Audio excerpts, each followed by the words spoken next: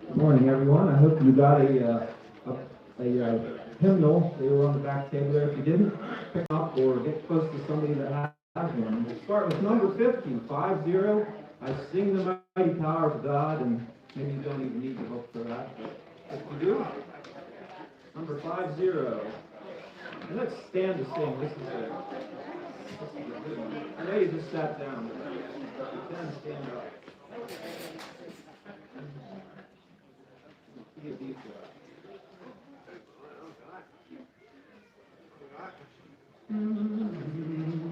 I sing the mighty power of God that made the mountains rise, that spread the flowing seas abroad and built the lofty skies.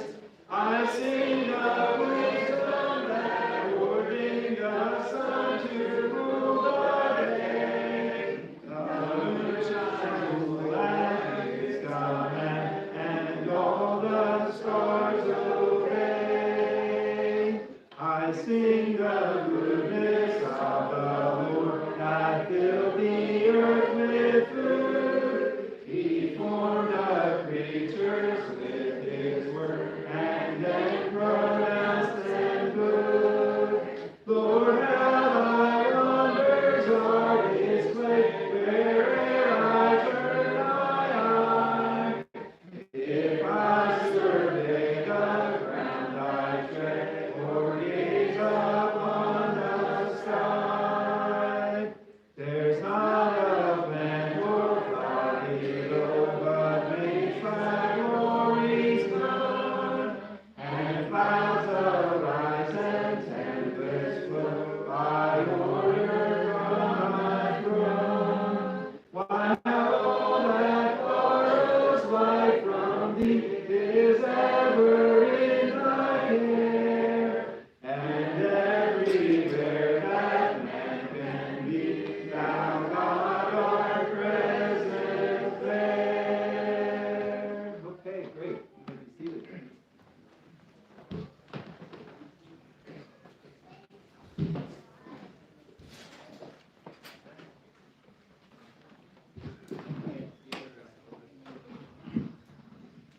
Good morning, everyone. Good morning. Great to see everyone here, and good morning to anyone who may be joining us online. It's great to have you tuning in this morning. And it's wonderful to be down in the Grove again and just enjoy this beautiful space we have. Hopefully you found a spot in the shade this morning and you're staying cool. It's a little warm in the sun, but it's really nice to be in the shade. And I just wanted to say thank you to the Flower Committee for bringing these down here and making our little stage beautiful. Thank you for the flowers this morning. So it's so nice to be together on a Sunday morning, which we as Christians celebrate Sabbath on Sundays.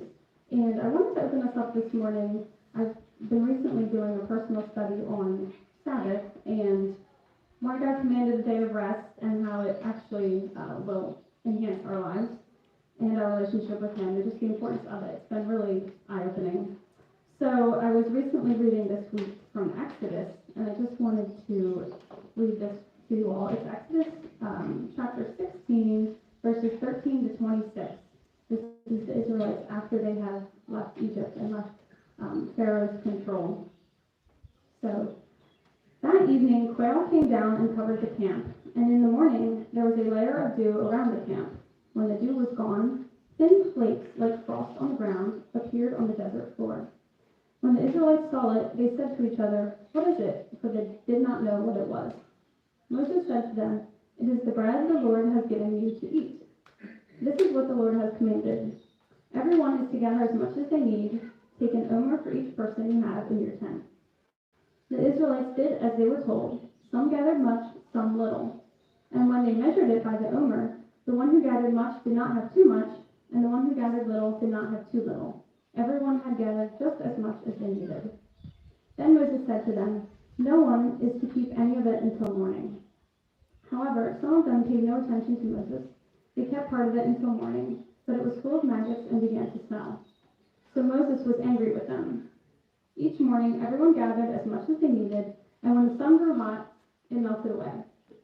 On the sixth day, they gathered twice as much, 2 omers for each person. And the leaders of the community came and reported this to Moses. He said to them, "This is what the Lord commanded. Tomorrow is to be a day of Sabbath rest, a holy Sabbath to the Lord. So bake what you want to bake and boil what you want to boil. Save whatever is left and keep it until morning." So they saved it until morning, as Moses commanded, and it did not stink or get maggots in it. "Eat it today," Moses said, "because today is a Sabbath to the Lord. You will not find any of it on the ground today. 6 days you are to gather it, but on the 7th day, the Sabbath, there will not be any." And that just really stood out to me of what a reminder that when you take the time to obey God's commands, such as the Sabbath, He provides for you. So it's, in our society, it's so easy, at any time, probably with the history of the world, it's easy to want to just get ahead and keep working. But how important it is to remember that God will provide for you every day, and even on the Sabbath when you're taking that time set apart for Him, as He commanded. So I just wanted to share that this morning. So thank you. Now I will transition into time of announcements. We have, hopefully everyone grabbed the bulletin this morning.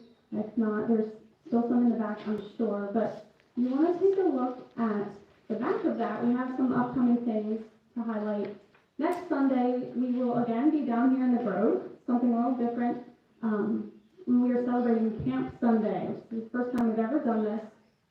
So we're going to have a special time of sharing from people who have been to camp, whether it's Spruce Lake, which we talk about a lot, or other Christian camps. And you're encouraged to wear a camp t-shirt if you have one.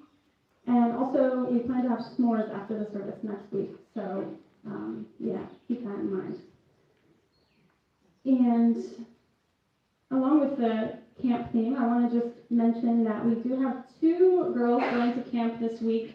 We have Annabelle and Raylan. If you girls want to, I think you're both here. If you want to just raise your hand so everyone knows who you are. Oh, they're over there on the blanket.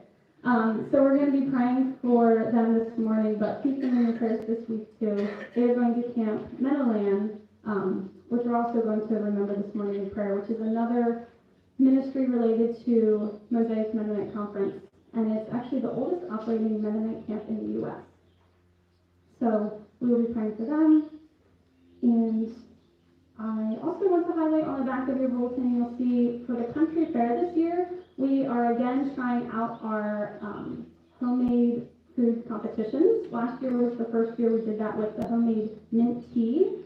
So this year we are doing homemade lemonade and homemade strawberry jam. So if anyone has any family favorite recipes or just your own favorite recipe that you want to enter into the competition, it's completely free to enter, and the winning prize is something you don't want to miss out on. So if you would like to enter, you can do so online on our new church website, which you should also, everyone should check out. Or you can come speak to me if you'd like to enter, and you're unsure how to do that. And the last announcement I have is just that there will be no children's church this morning. That's listed in the bulletin, but that will not be taking place this morning. Okay, I'm going in prayer. Lord, we just offer our service this morning to you as an act of worship, and just our singing and our prayers to you as well, and our tithes and our offerings this morning. Lord, we give it all to you to bring you glory, and that you may use in your way, and it's just our offering to you. Lord, this morning we also want to bring before you our requests for the girls headed to camp this week, Annabelle and Raylan. We just pray that they both have a really fun week, good time making new friends and making memories, but also, more importantly, growing closer to you and learning more about you, having Christian fellowship as well. And just pray they both have a fun, safe time. And we also want to thank you for the crew that just got back from Maryland and their Mennonite disaster service time. We'll be hearing from them in a little bit, and we just thank you for their safe travels home and their safe week. We look forward to hearing their report. We just thank you that they had the opportunity to serve. Lord, we also want to pray for Camp Meadowland this morning, and just the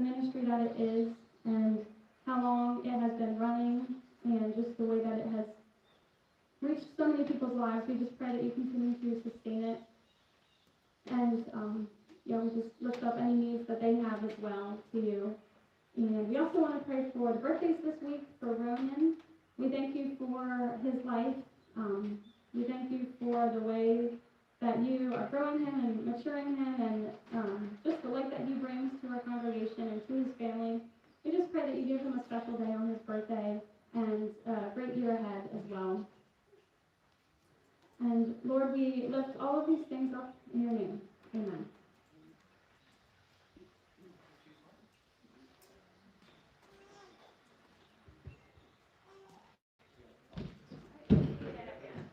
Let's do a few more songs together here. Turn to number 534 in the book. Great is thy faithfulness, O God, my Father.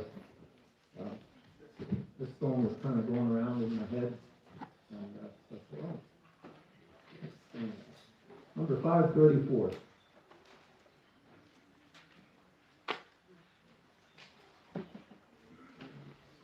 You can stand if you like. You don't have to.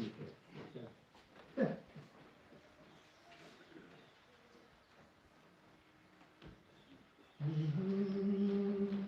Great is thy faithfulness, O God, my Father. There is no shadow of turning with thee. Thou changest not, thy compassions they fail not. As thou hast been, thou forever wilt be. Great is thy faithfulness, great is thy faithfulness. Morning by morning, new mercies I see. All I have needed, thy hand hath provided. Great is thy faithfulness, Lord, unto me. Summer and winter and springtime and harvest, sun, moon, and stars and their courses above, join with all nature in manifold witness to thy great faithfulness, mercy, and love. Great is thy faithfulness, great is thy faithfulness. Morning by morning, new mercies I see. All I have needed, thy hand hath provided. Great is thy faithfulness, Lord, unto me. Pardon for sin and a peace that endureth. Thine own dear presence to cheer and to guide. Strength for today and bright hope for tomorrow. Blessings all mine with 10,000 beside. Great is thy faithfulness, great is thy faithfulness. Morning by morning, new mercies I see.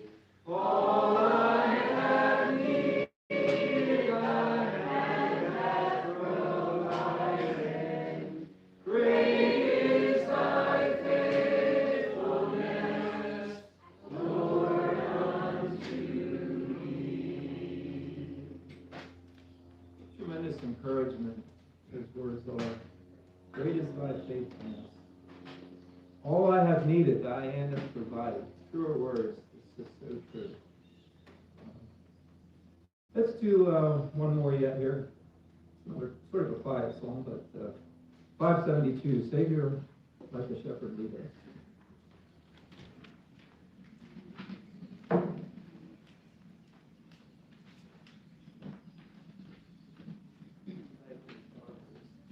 speakers would like to step to this, number 572. Savior, like a shepherd, lead us, much we need thy tender care. In thy pleasant pastures lead us, for our use thy foes prepare. Blessed Jesus, blessed Jesus, thou hast brought us thy Meteor. Blessed Jesus, blessed Jesus, thou hast brought us thy Meteor. Get that up a little bit more. We are thine, do thou befriend us, be the guardian of our way. Keep thy flock from sin, defend us, seek us when we go astray. Blessed Jesus, blessed Jesus, hear us when we pray. Blessed Jesus, blessed Jesus, hear us when we pray. Thou hast promised to receive us, poor and sinful though we be. Thou hast mercy to relieve us, grace to cleanse and power to free. Blessed Jesus, blessed Jesus, we will early turn to thee. Blessed Jesus, blessed Jesus, we will early turn to thee. Early let us seek thy favor, early let us do thy will. Blessed Lord and only Savior, with thy love our bosoms fill. Blessed Jesus, blessed Jesus, thou hast loved us still. Blessed Jesus, blessed Jesus, thou hast loved us still.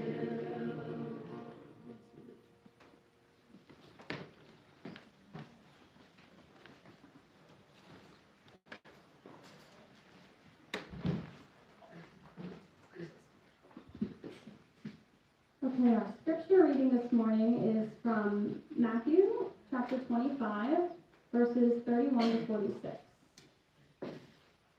Jesus tells about the final judgment. When the Son of Man comes in his glory, and all the angels with him, he will sit on his glorious throne. All the nations will be gathered before him, and he will separate the people from one another, as a shepherd separates the sheep from the goats. He will put the sheep on his right and the goats on his left. Then the king will say to those on his right, "Come, you who are blessed by my Father, take your inheritance, the kingdom prepared for you since the creation of the world. For I was hungry, and you gave me something to eat. I was thirsty, and you gave me something to drink. I was a stranger, and you invited me in. I needed clothes, and you clothed me. I was sick, and you looked after me. I was in prison, and you came to visit me." Then the righteous will answer him, "Lord, when did we see you hungry and feed you, or thirsty and give you something to drink? When did we see you a stranger and invite you in, or needing clothes and clothe you? When did we see you sick or in prison and go visit you?" The king will reply, "Truly I tell you, whatever you did for one of the least of these brothers and sisters of mine, you did for me." Then he will say to those on his left, "Depart from me, you who are cursed, into the eternal fire prepared for the devil and his angels. For I was hungry, and you gave me nothing to eat. I was thirsty, and you gave me nothing to drink. I was a stranger, and you did not invite me in. I needed clothes, and you did not clothe me. I was sick and in prison, and you did not look after me. They will also answer, Lord, when did we see you hungry or thirsty, or a stranger, or needing clothes, or sick, or in prison, and did not help you? He will reply, truly I tell you, whatever you did not do for one of the least of these, you did not do for me.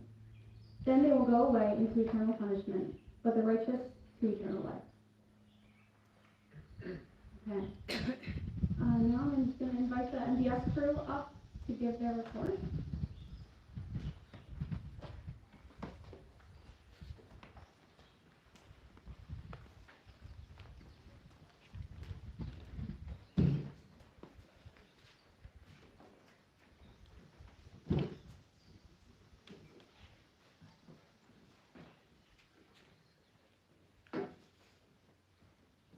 Actually, as all you can see, we all made it back alive.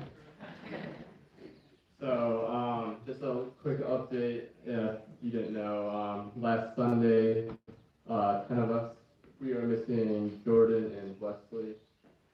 I think that's it. But, yeah, 10 of us went down right after church on Sunday, and we went to Chrisfield, which is like the very southern end of Maryland near Chesapeake Bay. And yeah, we spent the week together working on just a single house, a lot of outside work with like decking and stairs and ramps. But yeah, it was a really fun time. It was really hot and got a lot of we all got a tan, and but we all had fun. We got to see the ocean, we got to check out Chrisfield, and have some fun. But we will go through everyone, and they'll talk about something that they enjoyed the most throughout the week. So the first one is Serena, which she's a little camera shy, so I will actually read hers out for her. And basically, this is a snippet from Serena, and she said, what I learned from MDS is that we would like to learn from our mistakes. I was building stairs with a little bit of help from Nicole and Alyssa, and we built the stairs and told them we finished the stairs, and they told us we did some of the stairs wrong. We had to redo them. So we did, and I learned that everyone makes mistakes, and sometimes they can be fixed. We also learned that there were stairs there were before they did the whole thing wrong, so they had to take them down again. So I'm pretty proud of ourselves that we did something that we could fix and resolve the mistakes.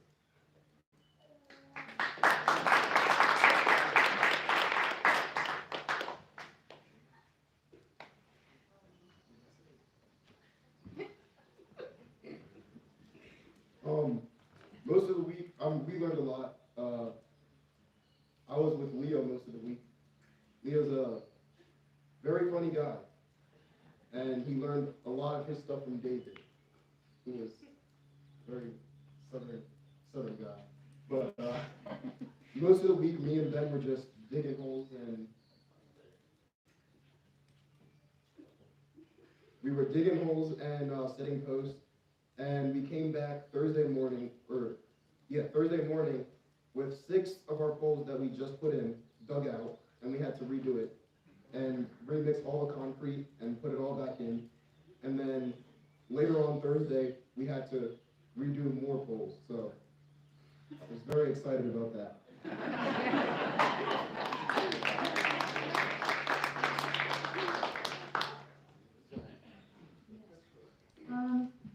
On Wednesday, most of the week I was building the ramp.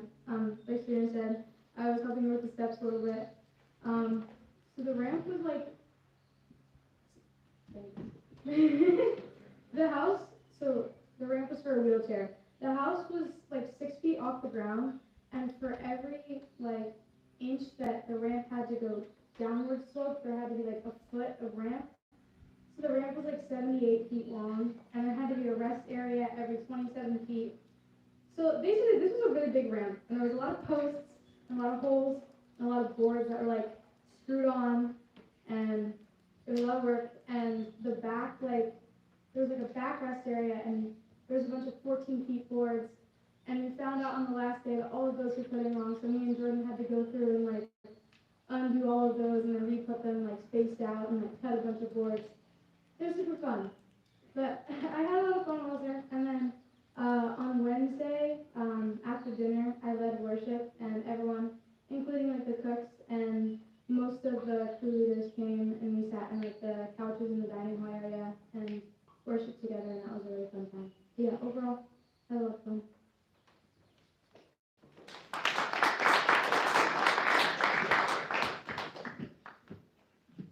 Alright, so this trip definitely taught me and John patience.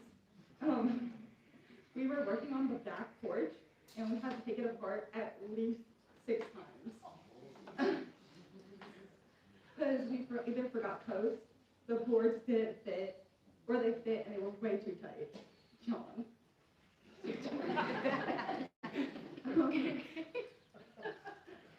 We also got to meet a 6th generation crabber. He literally was really funny. And he showed us what soft crab was, which I had no idea about because I don't eat seafood at all. At all. And we actually got to hold some seahorses, which were actually really cool to hold.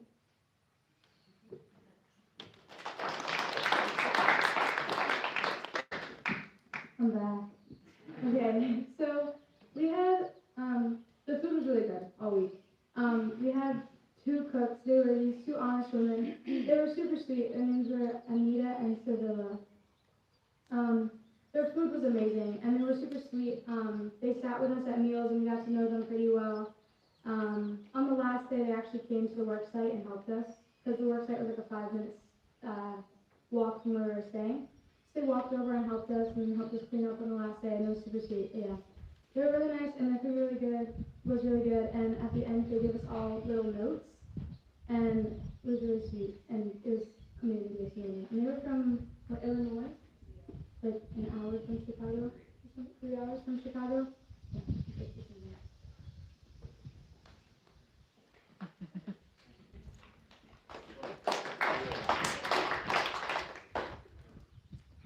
Hello.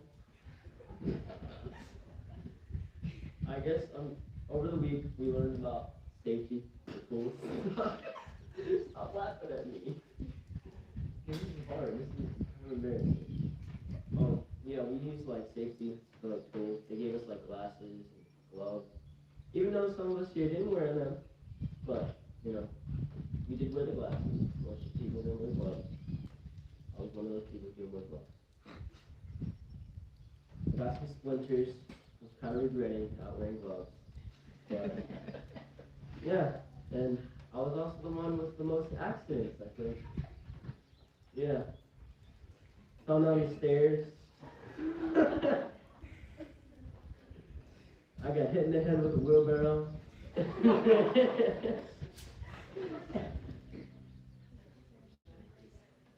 Oh yeah, and I laid it upright going down the stairs. But I don't know how, but I did. With the table saw. We don't talk about that.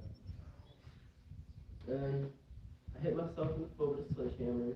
But overall, I think I had fun. I learned. Yeah, I also learned that measure twice, cut once.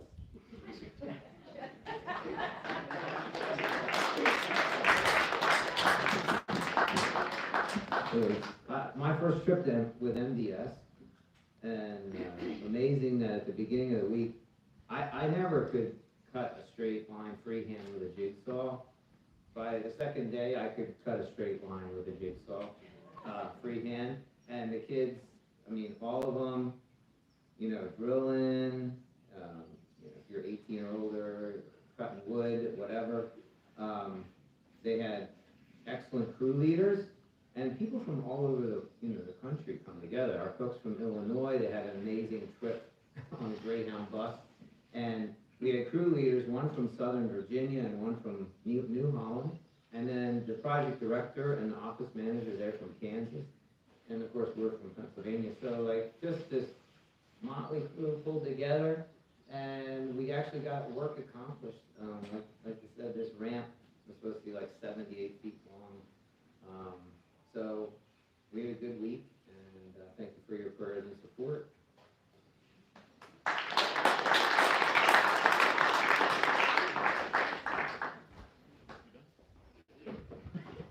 Hold on, come back.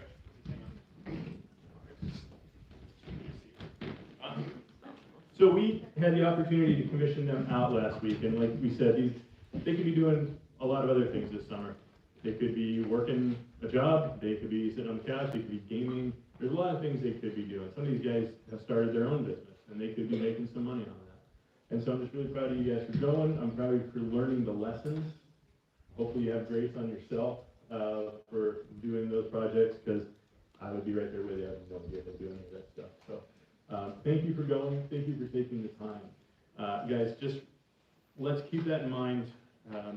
As we see our young people, let's continue to encourage them. They have a lot to offer us, a lot to lead us in. We're hearing of the humility this morning, the learning this morning.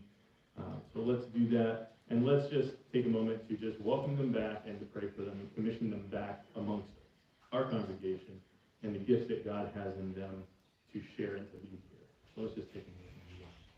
Father, I thank you for this crew that was willing to take time out of their summer, that was willing to take time to follow you, to serve people that they've never met before and will probably never see again. But Lord, you call us to go out, and as we were reminded by the younger kids last week at VBS, we need to shine our light. Wherever we go, we need to shine Jesus' light. Thank you for them taking the opportunity to do that. I pray that you would make up anything that they missed this week, that they need to get caught up on, and that we would continue to welcome them and bless them amongst us, within the body here, and to listen to them as you lead through them as well. In Jesus' name we pray. Amen. Thank you.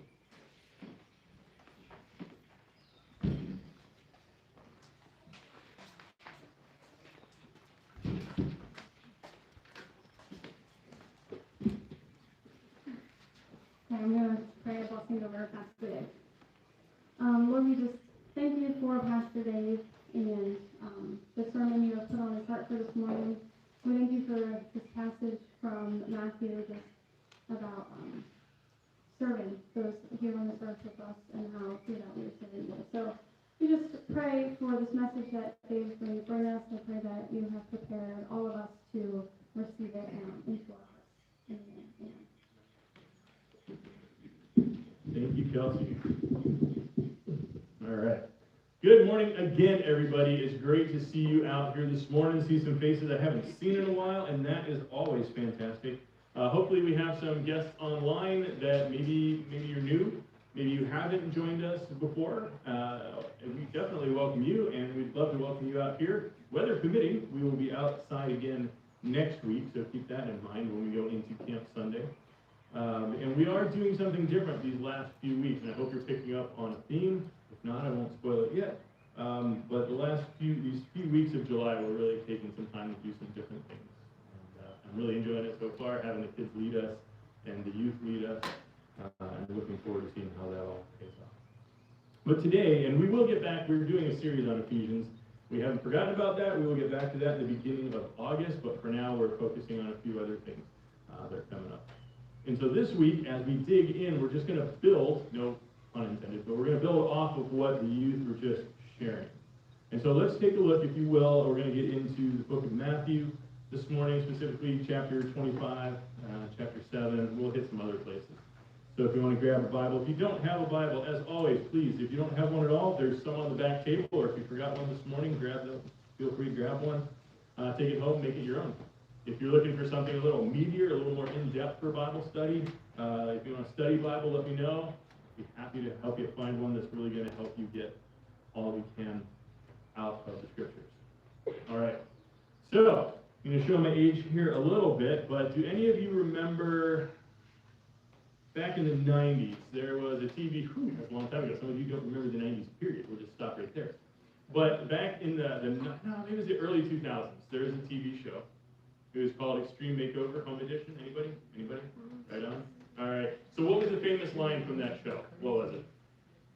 Bus driver, move that bus, right? It was this big climactic moment of the show, and we had to get out of the way to see what had happened. And what they would do is these the producers of the show would find families that had gone through some tragedy, something terrible had happened, and their housing had fallen through. Maybe they got a bad deal, they got a rip-off, and there was mold in there, or it was falling apart and they didn't know about it, or somebody in the family got sick and they had to spend all their money on medical care and the house degraded. And so these designers, these interior decorators, these carpenters and contractors, they would all come in and they would send the family on vacation for a week, and they would renovate the house while they were gone. Now, by renovate, I mean pretty much always tear it to the ground and build something brand new. And they would always come back to this huge, grandiose house, and it would always have some sort of theme, like if, one of the kids was really into,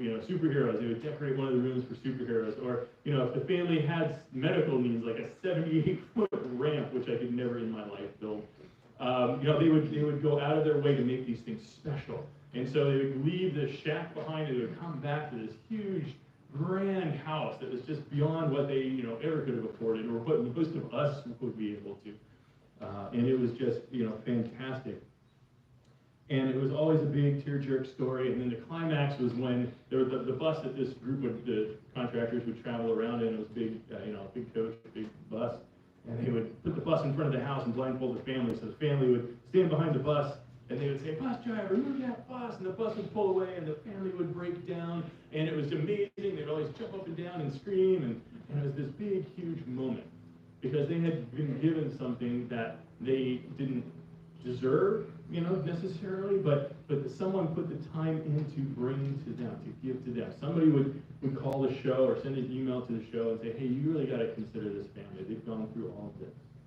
And so it was this huge moment. It was this big, grandiose moment. And it was wonderful. It was a tearjerker every week, and it was just great to see this family get something that would help them out. In fact, there was one built not far from where I used to live in Las Vegas.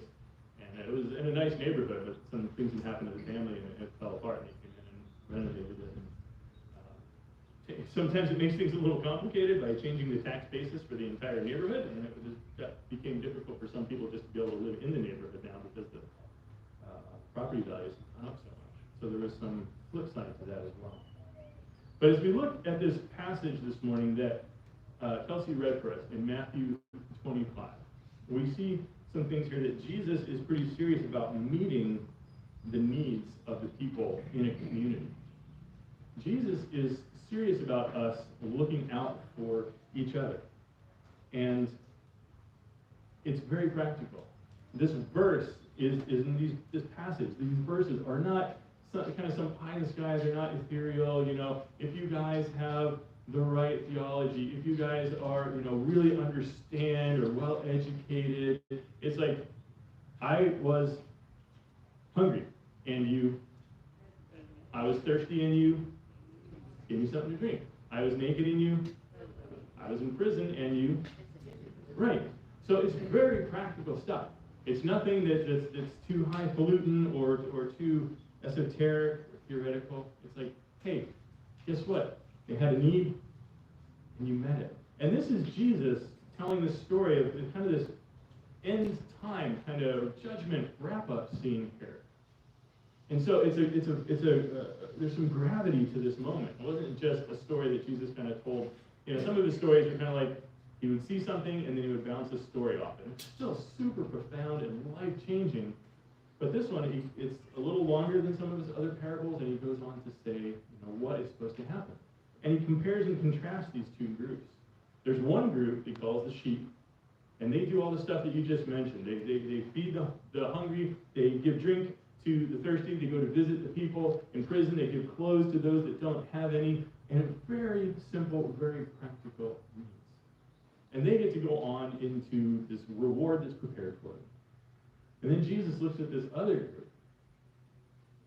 And he said, well, you saw me. You guys saw me too. You saw me thirsty. You didn't give me anything to drink. You saw me hungry. You didn't bring me a meal. You saw me in prison. Didn't do anything about that. And he sends them off to a much worse fate. And so Jesus is pretty serious here. He really sets a pretty dramatic stage with consequences over what we are supposed to do. And I'm very grateful, again, for our youth and for John and for Steve taking time to go to another state this week and to bring some hope to some people who, again, had some bad circumstances. It wasn't their fault. There was a storm. We don't know. Do you guys know everybody's names? Do you know exactly what happened to them? Why couldn't they rebuild their house? What was the problem behind that now? Anybody? Get the whole story? No, you didn't have the whole story. You didn't need the whole story to go, right? You didn't need to have a big checklist that says, well, as long as they were responsible, as long as they were saving, 10, 20% of their income, and as long as they were tithing at church, then we'll go build you a house, right? Because you're worth it. That's not what he says. That's not what you guys did. You went and you built a house for someone who didn't have a house. You went and you built stairs and a ramp for someone that couldn't get into their house. Even if you had to build it more than once, you did it. You did the work. You were not a professional crew. None of you is a contractor. But you did it. You went and you built the house. You built the steps. You drove the pylons. You did what needed to be done. And this is what, among other things, this is what Jesus calls us to do. It's not fancy, right? None of these are contractors. Any contractors in the group that went? No. Steve, thank you for the jigsaw illustration. I couldn't possibly cut a straight line with a jigsaw on my own. You picked it up in a day. That's pretty impressive. You did the work that needed to be done. You didn't have to ask the questions. You didn't have to have an application form. I know MDS does that. They do that preliminary work. They make sure that people are genuinely in need, and I appreciate that. But you did the job. You built the house. You built the ramp. You built the steps. You drove the pylons. You did what needed to be done. Now you're home. Now what? There are people in our community that don't have houses as well. And Jesus said, right? What does he say over and over again in this passage? You saw me. You saw me. That's what he goes into again and again in this passage.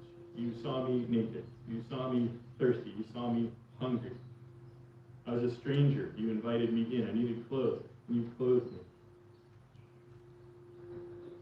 And so these two groups of people saw the same people.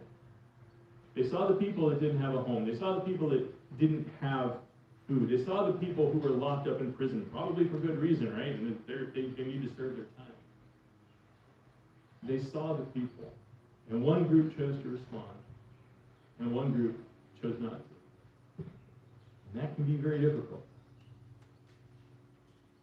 We don't have a lot of housing insecure people here, although we don't know the stories of everybody in the communities around us. They could be one paycheck away from losing their house. We don't know.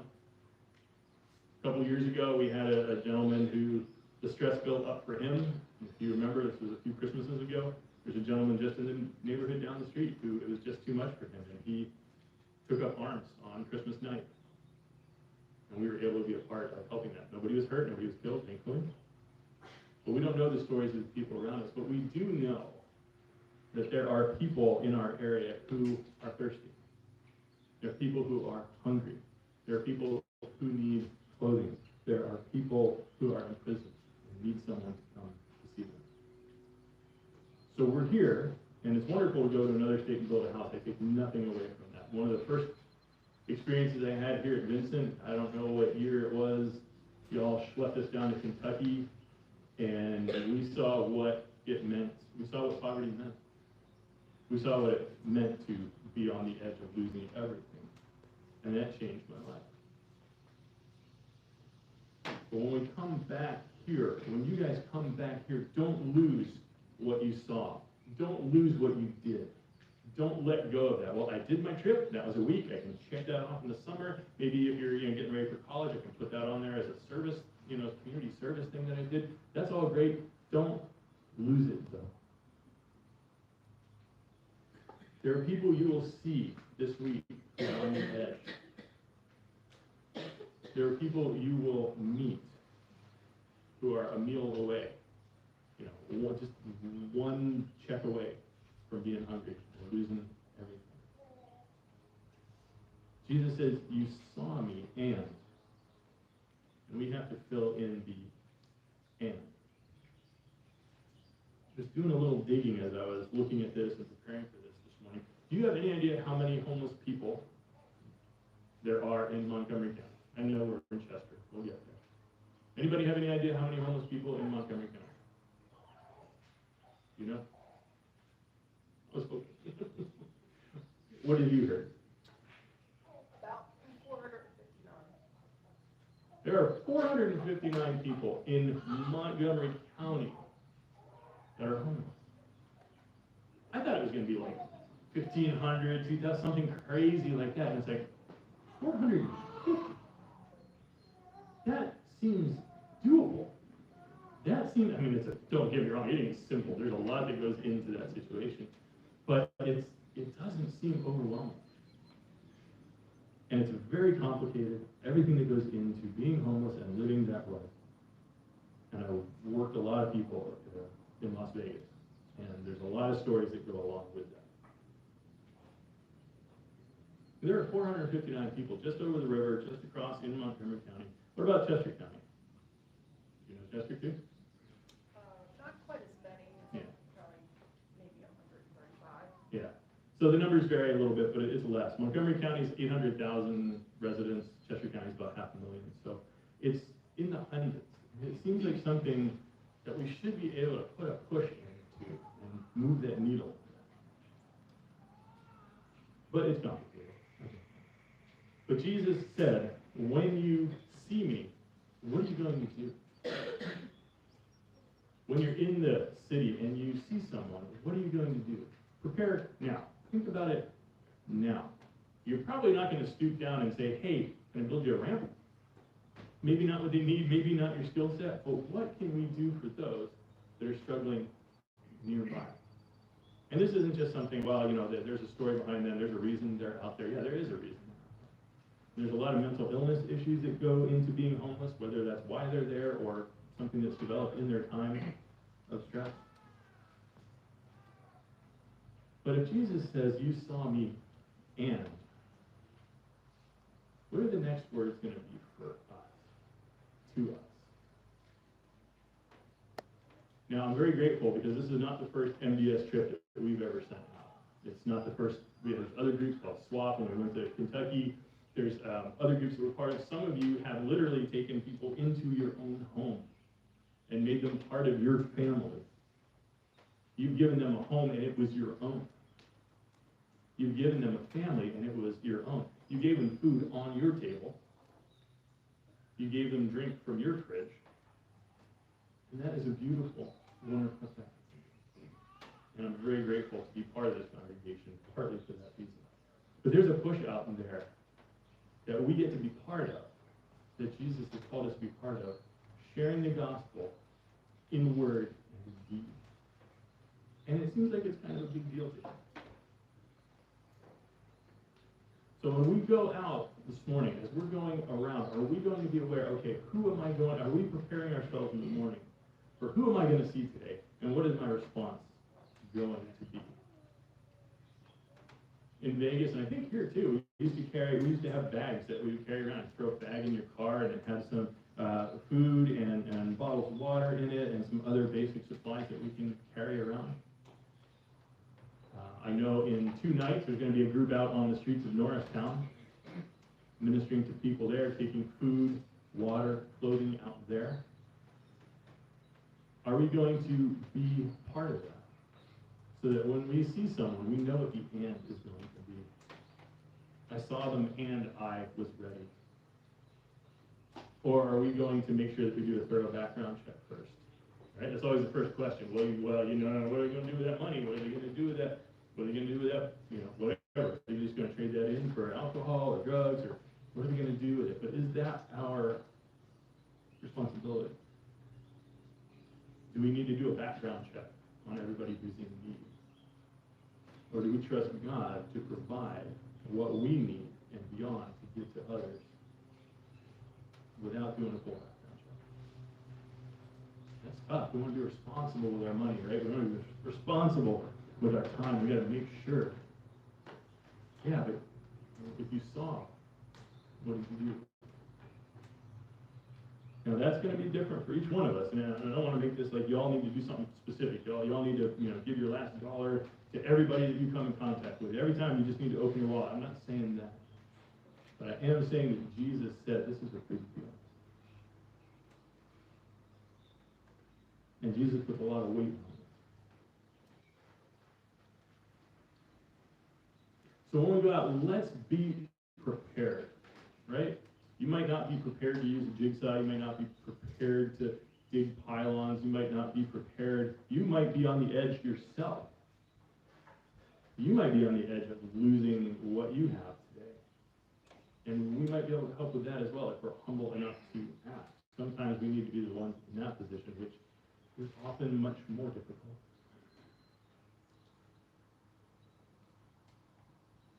But when we go out, let's prepare our hearts in the morning for the people that we're going to see. Maybe it's the people we look past. Maybe it's the person in the cubicle next to you. Maybe it's the person in the apartment next to you, the house next to you that's kind of loud, obnoxious, whatever. Maybe it's just the person that you pass on the street. Maybe you do pass people, and it's just easier to look the other way or pull your phone up or whatever it is. But let's ask ourselves each morning, God, you know who I'm going to see today. How will I be prepared? How are you preparing me? How have you prepared me to meet that need this morning? God has prepared us to minister to those who cross our path. Whether there's people in church here that we're getting to know, that we need to speak a word of encouragement into, or people in your job, people at your school, and people on the street. Are you asking the question, God, what have you given me today that I can give to them? Because if it's a big deal for Jesus, it's driving a big deal for us. If you do want to get involved, again, I can't encourage you enough. Just check in with Kelly and Kiki, who's not here this morning. Just check with them. Check with some of the people that are going out on the streets on Tuesday night. Go out, take some food, get to know some people by name. Get to know some stories if you're concerned about the story. But be prepared. Whatever comes across your path, God has prepared you to deal with it. It's not an accident or a surprise for him. So I just want to take a moment this morning. It's an uncomfortable thing. Some of you are uncomfortable thinking about this, dealing with this. But let's prepare now. Let's prepare our hearts now with God. If you feel awkward when you hear this, when you see people on the street and you don't know what to do. While we do His good will, He abides with us still, and with all who will trust and obey. Trust and obey, for there's no other way to be happy in Jesus, but to trust and obey.